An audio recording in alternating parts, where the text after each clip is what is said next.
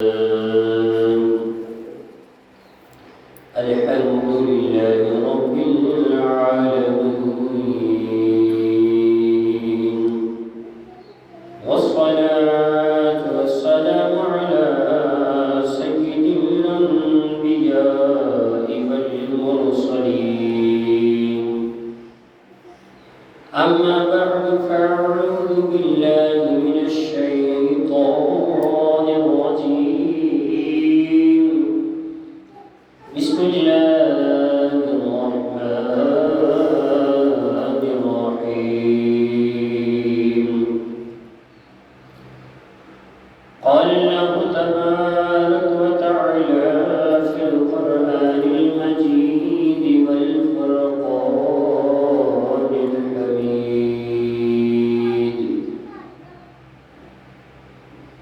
إن الله اشترى من المؤمنين أنفسهم وأموالهم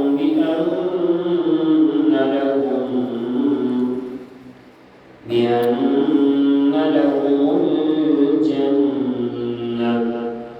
صدق الله مولانا العظيم، وبلغنا رسوله النبي الأمين الكريم، ونحن على ذلك لمن الشاهدين والشاكرين، والحمد لله رب العالمين.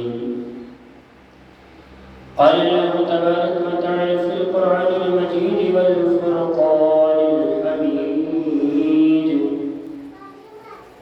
إن الله وملائكته يصلون على النبي، يا أيها الذين آمنوا صلوا عليه وسلموا تسليما. الصلاة والسلام عليك يا رسول الله، وعلى آلك وأصحابك يا حبيب الله. الصلاة والسلام عليك يا نبي الله، وعلى آلك وأصحابك يا نور الله. يا صاحب الجمال ويا سيد البشر، من وجهك المنير لقد نبر القمر، لا يمكن الثناء كما كان حقه بعد الهدى بزرعت كس مختصر. بلغ العلا بكماله، كشف الدجى بجماله، حسنت جميع خصاله، صلوا عليه وآله. مولاي صل وسلم دائما أبدا على حبيبك خير الخلق كلهم. يا ربي بالمصطفى بلغ مقاصدنا، واغفر لنا ما مضى يا واسع الكرم. اللهم رب اشرح لي صدري ويسر لي أمري، واحلل عقدة من لساني يفقهوا قولي. نويت سنة الاعتكاف لله تعالى. نہایت واجب احترام بزرگ دوستو، پیارے اور محترم اسلامی بھائیو، اللہ رب العالمین کا 100 کروڑ شکر اور احسان عظیم ہے کہ اس مالک نے جل وعلا نے ایک مرتبہ پھر جمعۃ المبارک کی ببرکت پر کے گھڑیاں سعادت لمحات دیکھنا نصیب فرمائے۔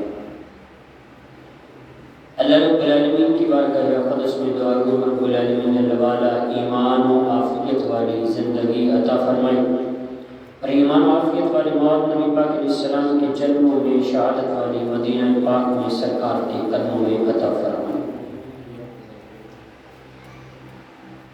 اللہ رب العالمین قرآن مجید فرقان حمید میں پارہ 11 سورہ توبہ کی آیت نمبر 111 میں ارشاد فرماتا ہے: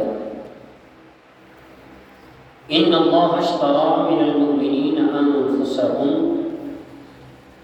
کہ بے شک اللہ نے مسلمانوں سے ان کی جانیں اموالہم اور ان کے مال کو خرید لیا ہے۔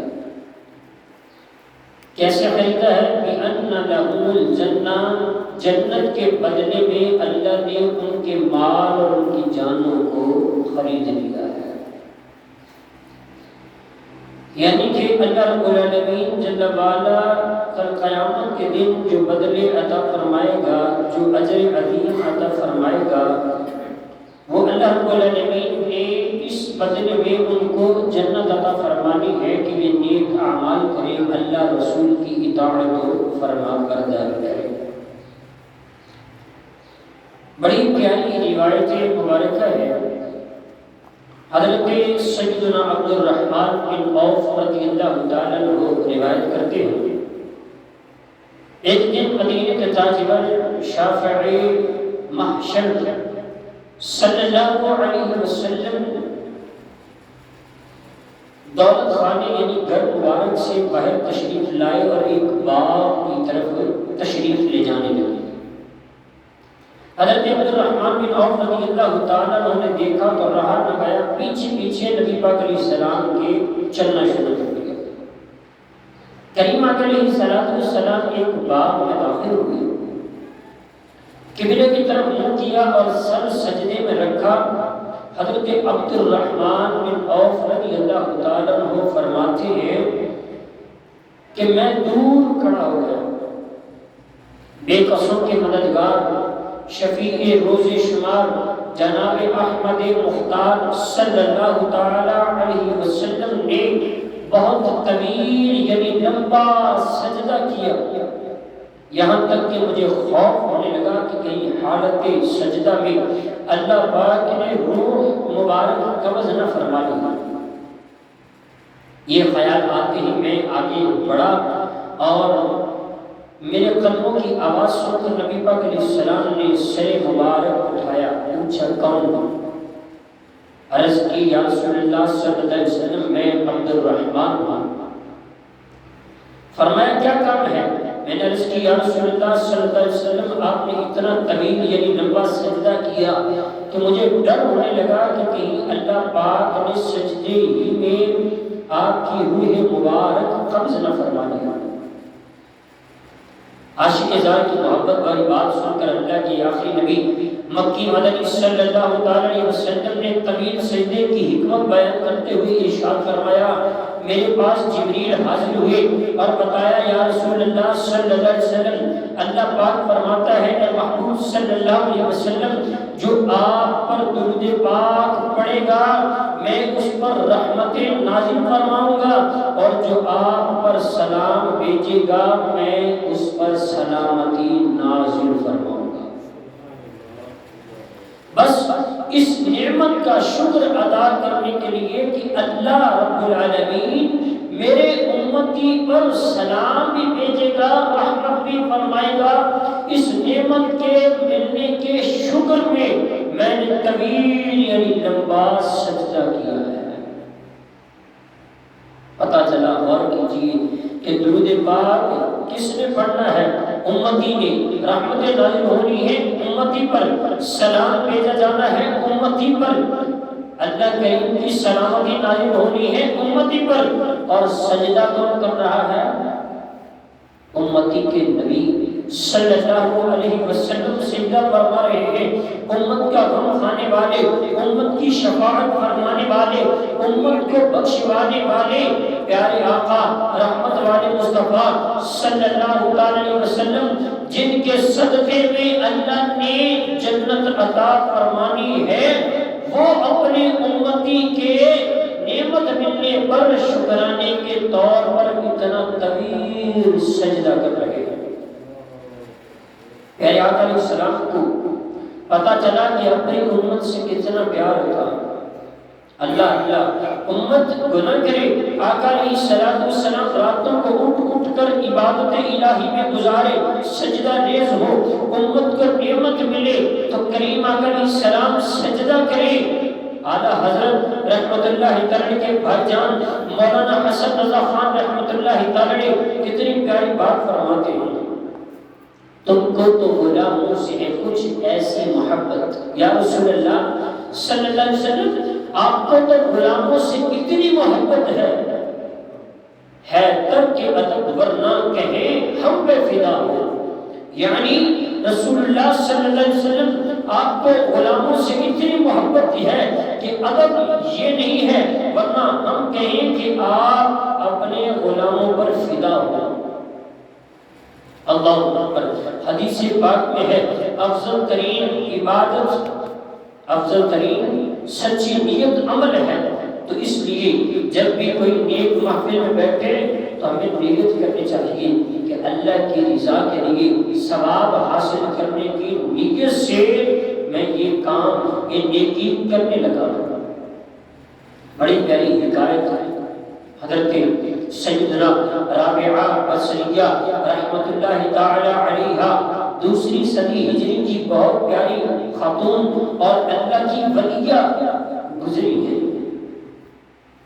اور اللہ اور اس کے رسول صلی اللہ علیہ وسلم سے بہت ہی محبت کرنے والی، خوف خدا رکھنے والی، عبادت گزار، راتوں کو اٹھ اٹھ کر اپنے رب کے حضور سجدہ ریز ہونے والی عورت یعنی خاتون تھی. آپ نے 50 سال ایسے گزارے کہ نہ بستر پر لیٹ کر آرام کیا، نہ تکیے پر سر رکھا. کتنے سال؟ 50 سال عبادت اس طرح کی کہ سجدے میں یہ تکیے پر سر نہیں لگایا، بستر پر آرام کر کے نہیں دیکھا. آپ کی خادمہ حضرت عبدہ بنت شوال رحمۃ اللہ تعالی علیہا فرماتی ہے حضرت رابعہ بصریہ ساری رات نماز میں مصروف رہتی. بزرگوں کے عبادتوں کا عالم دیکھیے کہ اللہ نے ان کے جان و مال اس جنت کے بدلے میں خریدے ہیں، تو وہ کیا کیا عمل کر رہے ہیں، اپنے رب کو راضی کرنے کے لیے کیا کیا کر رہے ہیں. فرماتی ہے 50 سال اللہ کی عبادت میں اس طرح گزار دیے کہ رات کو آرام کر کے نہیں دیکھا. اور فرماتی ہے ساری رات عبادت میں مصروف رہتی، صبح نماز فجر سے پہلے مصلی پر لیٹ جاتی، پھر کچھ دیر بعد گھبرا کر اٹھ جاتی اور خود ہی کہتی اے نفس تو اس ناپائیدار دنیا میں کب تک سویا رہے گا، دنیا تو تنگی کا گھر ہے، پھر یہاں اتنی نیند کیوں تجھے پیاری ہے کہ آج کچھ دیر جاگ لے، نیکیاں کما لے، قبر میں دیر تک اچھی اور آرام دہ نیند کرنا. وہاں قیامت تک کوئی نہیں جگائے گا تمہیں. عمل یہاں کر لے، آرام وہاں قبر میں کرنا. پھر اٹھ کر عبادت الہی میں مصروف ہو جاتی اور ساری زندگی ایسے ہی عبادت و ریاضت میں گزارتی. ایک وہ ہے اللہ والے جن کی عبادتوں کا عالم یہ ہے کہ اپنی زندگیاں اللہ رسول کی عبادت میں وقف کر دیتے ہیں، اور ایک ہم ہیں کہ ہم فرائض عبادات بھی شاید پوری طریقے سے اچھے طریقے سے ادا نہ کر پاتے. حضرت رابعہ بصریہ فرماتی ہیں ایک رات سحری کے وقت میں نے کچھ تسبیحات پڑھی، پھر سو گئی. خواب میں دیکھا ایک ہرا بھرا سبز و شاداب درخت ہے جو اتنا بڑا اور حسین ہے کہ میں بیان نہیں کر سکتا. اس پر 3 قسم کے پھل لگے ہوئے تھے. میں نے دنیا میں ایسے پھل نہیں دیکھے تھے، کچھ پھل سفید، کچھ سرخ تھے اور کچھ زرد یعنی پیلے تھے. مجھے وہ درخت بڑا اچھا لگا. اس کے سارے پھل چاند سورج کی طرح چمک دمک رہے تھے. میں نے پوچھا کہ درخت کس کا ہے، کس کے لیے ہے؟ کسی کہنے والے نے آواز لگائی یہ آپ کا ہے جو ابھی آپ نے تسبیحات پڑھی ہیں. فرماتی ہیں میں درخت کے ارد گرد گھومنے لگی تو دیکھا سنہرے رنگ کے کچھ پھل زمین پر گرے ہوئے ہیں. میں نے کہا کاش یہ پھل بھی ان پھلوں کے ساتھ درخت پر موجود ہوتے تو کتنا اچھا ہوتا. جواب ملا یہ وہی لگے تھے. آپ تسبیح پڑھ کر سوچنے لگی کہ گدا ہوا آٹا خمیرہ ہو گیا ہے یا نہیں. اس وقت یہ پھل گر گئے. آپ نے تسبیح سے غفلت کی خیالات دنیا میں کوئی اسی وقت یہ پر جو لگے ہوئے تھے زمین پر گر گئے۔ اس حکایت کو سامنے رکھ کر ہم اپنے بارے میں بار بار سوچیں، ذرا غور کریں کہ کیسی بات ہے۔ حضرت رابعہ بصریہ رضی اللہ تعالی عنہا تسبیحات میں مصروف ہے، اسی دوران صرف تھوڑی دیر کے لیے گھر کے متعلق، گزرے ہوئے آٹے کے متعلق سوچنا چاہا تو کیا حال ہوا کہ تسبیحات نہ کرنے کی وجہ سے، خیالات دنیا میں جانے کی وجہ سے، وہ تسبیحات نہ کرنے کی وجہ سے وہ درخت سے پھل ٹوٹ کر زمین پر گر گئے۔ پھر ہماری عبادتوں کا عالم کیا ہوگا؟ فرماتی ہے کہ جہاں پر قبر و آخرت کا غور و فکر ہماری عبادتوں کے درمیان نہیں آتا، دنیا کی محبت ہمارے درمیان، ہماری عبادتوں کے درمیان لگی ہوتی ہے، اور غفلت جو ہے وہ ایسی ہے کہ ہمیں احساس نہ ہو۔ پارہ 30 سورہ انشقاق کی آیت نمبر 6 میں رب العالمین جل وعلا ارشاد فرماتا ہے، یا ایھا الانسان انک کادح الی ربک کدحا فملاقیہ، اے آدمی بے شک تجھے اپنے رب کی طرف دوڑنا ہے، اور پھر یقیناً ضرور تمہیں اس سے ملنا ہے۔ فملاقی، بس اس سے تمہیں ملنا ہے۔ غافل تجھے گھڑیال یہ دیتا ہے منادی، قدرت نے گھڑی عمر کی ایک اور بتا دی۔ مشہور مفسر کبیر میں فرماتے ہیں، ایک بزرگ کہتے ہیں، میں نے سورہ عصر کی دوسری آیت کا معنی برف کے پگھلنے سے سمجھا، برف کے پگھلنے سے سیکھا۔ اللہ رب العالمین ارشاد فرماتا ہے، ان الانسان لفی خسر، بے شک انسان خسارے میں ہے۔ فرمایا ایک آواز لگانے والا، برف بیچنے والا یوں آواز لگا رہا تھا، ارحموا من یذوب رأس مالہ، لوگوں اس شخص پر رحم کھاؤ جس کا مال سرمایہ پگھلتا جا رہا ہے۔ برف بیچے گا تو کمائی ہوگی نا، اب برف جیسے جیسے پگھلتی جائے گی یوں سمجھ لیں اس کے پیسے ویسے ویسے کم ہوتے جائیں گے۔ اب وہ آواز لگا رہا ہے، لوگوں میرا سرمایہ پگھل رہا ہے، میری دولت پگھل رہی ہے، فرمایا مجھ پر کچھ رحم کرو۔ اسی طرح فرماتے میں نے اسے سمجھا، اے انسان تیری زندگی غفلت کے ہتھے چلتے ہوئے گزرتی جا رہی ہے، پگھلتی جا رہی ہے، اپنے اس سرمایہ کو اللہ رسول کی یاد میں گزار لے، قیمتی بنا لے، ورنہ یہ غفلت میں گزر کر تجھے نقصان دے گی۔ اللہ اکبر۔ اللہ رب العالمین ایک اور مقام پر قرآن کریم فرقان حمید کے پارہ 27 سورہ ذارعات کی آیت نمبر 56 میں فرماتا ہے، وَمَا خَلَقْتُ الْجِنَّ وَالْإِنسَ إِلَّا لِيَعْبُدُونِ، ہم نے جن و انس کو اپنی عبادت یعنی بندگی کے لیے پیدا کیا ہے۔ علامہ جلال الدین رومی رحمۃ اللہ تعالی فرماتے ہیں، اگر بادشاہ تمہیں کسی خاص کام سے کہیں بھیجے، بادشاہ تمہیں کسی خاص کام سے بھیجے، تم راستے میں اور بہت سارے کام کرو، مگر وہ خاص کام جس کے لیے بادشاہ نے بھیجا ہے وہ کرنا بھول جاؤ، تو بتاؤ کیا تم بادشاہ کا کام اچھے طریقے سے کر پاؤ گے، یا بادشاہ تم سے خوش ہوگا یا ناراض؟ ہرگز خوش نہیں ہوگا۔ اسی لیے دنیا میں انسان ہر کام بھولے تو بھول جائے، مگر ایک کام جو ہے جس سے اسے ہرگز بھولنا نہیں چاہیے، اور وہ کام کیا ہے؟ وہ کام ہے رب تعالیٰ نے انسان کو، بندے کو بندگی کے لیے پیدا کیا ہے۔ فرمایا بندہ بندگی کرنے کے لیے پیدا کیا گیا ہے، اگر وہ بندگی نہ کرے تو بندہ کہلانے کا حقدار بھی نہیں ہے۔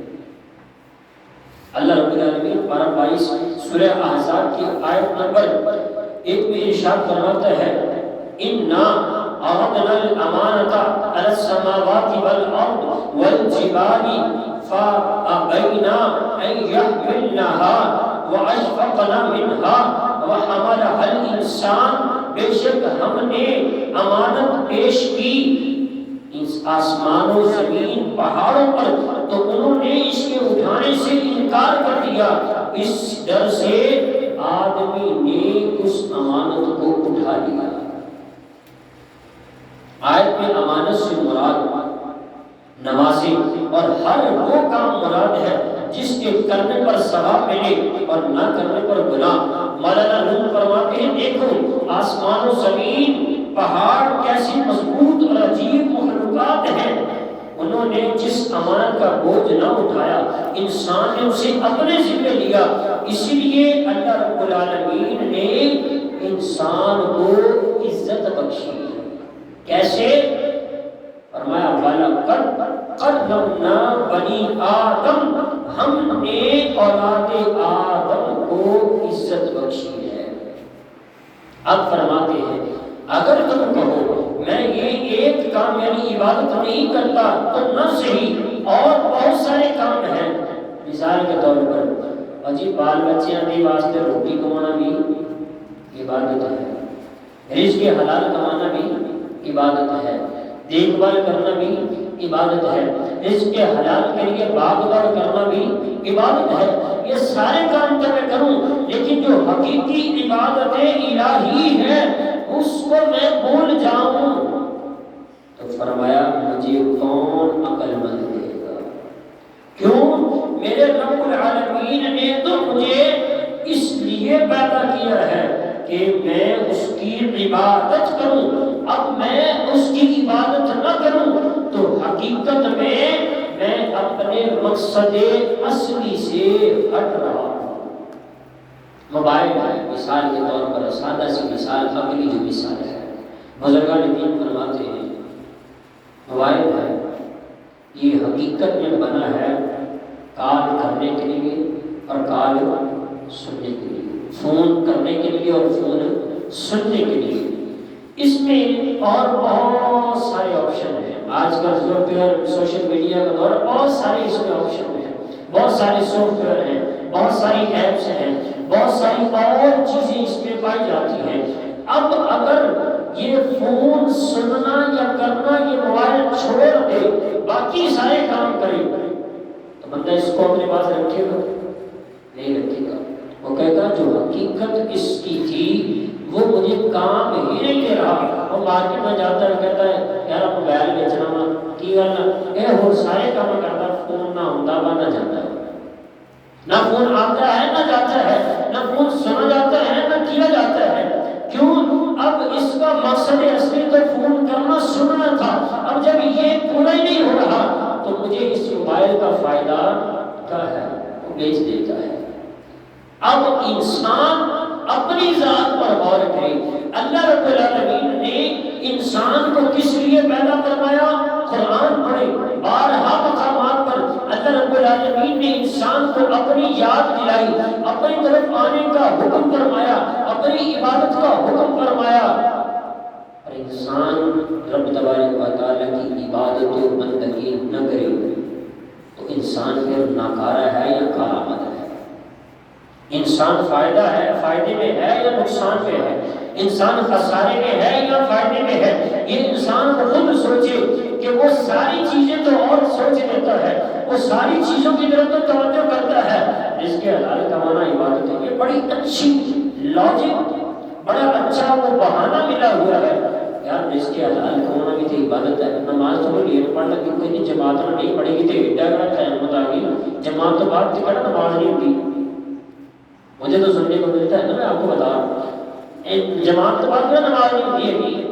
اچھا جماعت نہیں ہوگی چلو اس کے بعد نماز ہو جاتی ہے، نماز کا ٹائم اثر تک، نماز کا ٹائم زور کا ٹائم اثر تک، اثر تک مغرب تک، مغرب تک عشاء تک، عشاء تک صبح فجر تک، اتنا ٹائم ہے یار میرا کڑی گل ہے یہ پڑھنے کو تھوڑی دیر بیٹھ کے پڑھنا، دو چار گاہ پڑھتا آ گیا۔ لیکن حقیقت میں یہ ایسا انسان اپنے لیے نقصان کر رہا ہے، کیونکہ اللہ رب العالمین نے فرمایا ان اللہ اشتری بالمؤمنین انفسهم واموالهم، اللہ نے ان کے جان و مال کس مقصد کے تحت خریدے ہیں؟ جنت دینی ہے، اور جنت کس بدلے میں دینی ہے؟ اس لیے دینی ہے کہ یہ اپنا مال اللہ رسول کی راہ میں خرچ کرے اور اپنی جان یعنی اپنے آپ کو اللہ رسول کی عبادت میں لگائیں۔ کس میں لگائیں؟ اپنی یاد کو اللہ رسول کی عبادت میں لگائیں۔ اب بندہ سوچے غور کرے، رب العالمین نے تو ہمیں جنت عطا فرمانی ہے، طلبگار بھی جنت کے ہیں، اور کسی نے کیا خوب کہا ہے نا، طلب جنت کی ہے اور مسجد تک جایا نہیں جاتا۔ طلب جنت کی ہے، مسجد تک جایا نہیں جاتا۔ طلب جنت کی ہے، طلب مغفرت کی ہے، اور رب کو پانے کی جستجو کرتے نہیں۔ طلب ہے اللہ کا دیدار نصیب ہوگا، لیکن اس رب کا دیدار پانے کے لیے جو محنت کرنی پڑے گی اس محنت کی طرف آتے نہیں ہیں۔ طلب ہے یا رسول اللہ میرے تم خواب میں آؤ، میرے گھر روشنی ہوگی۔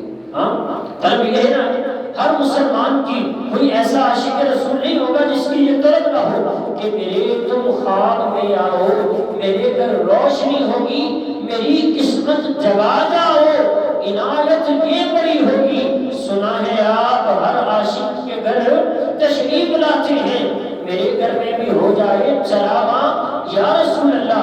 طلب تو یہ ہے کہ رسول اللہ صلی اللہ علیہ وسلم کرم فرمائے، یا تو میرے خواب میں آئے، یا حقیقت میں جلوہ عطا فرمائے، یا پھر مجھے اپنے در پر بلائے۔ لیکن یہ سارے کام کرنے کے لیے محنت ضروری ہے، محنت کریں گے تو یہ چیزیں ملیں گی۔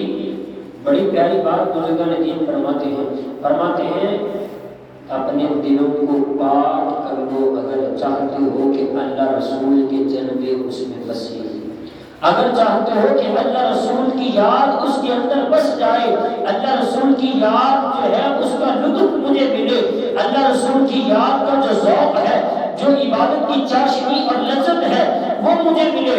فرمایا وہ پاک ہستیاں ہیں اور پاک دلوں میں بستی ہیں، اپنے دلوں کو پاک کر لو، انشاءاللہ العزیز وہ ہستیاں کرم فرمائیں گے۔ کئی بزرگان دین، امام اعظم رحمۃ اللہ تعالی علیہ، امام اعظم ابو حنیفہ رحمۃ اللہ علیہ 100 مرتبہ اللہ تبارک و تعالیٰ کا دیدار کیا۔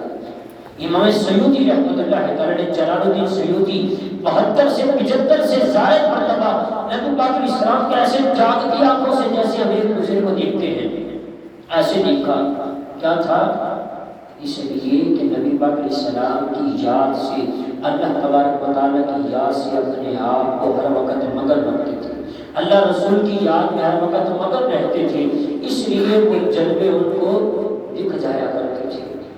اور اگر ہم بھی یہ چاہتے ہیں کہ اللہ تبارک و تعالیٰ نے ہمارے جان و مال کس لیے خریدے ہیں، بِأَنَّ لَهُمُ الْجَنَّةَ، اللہ نے جنت کے بدلے جان و مال انسانوں کے آدم کے خرید لیے ہیں۔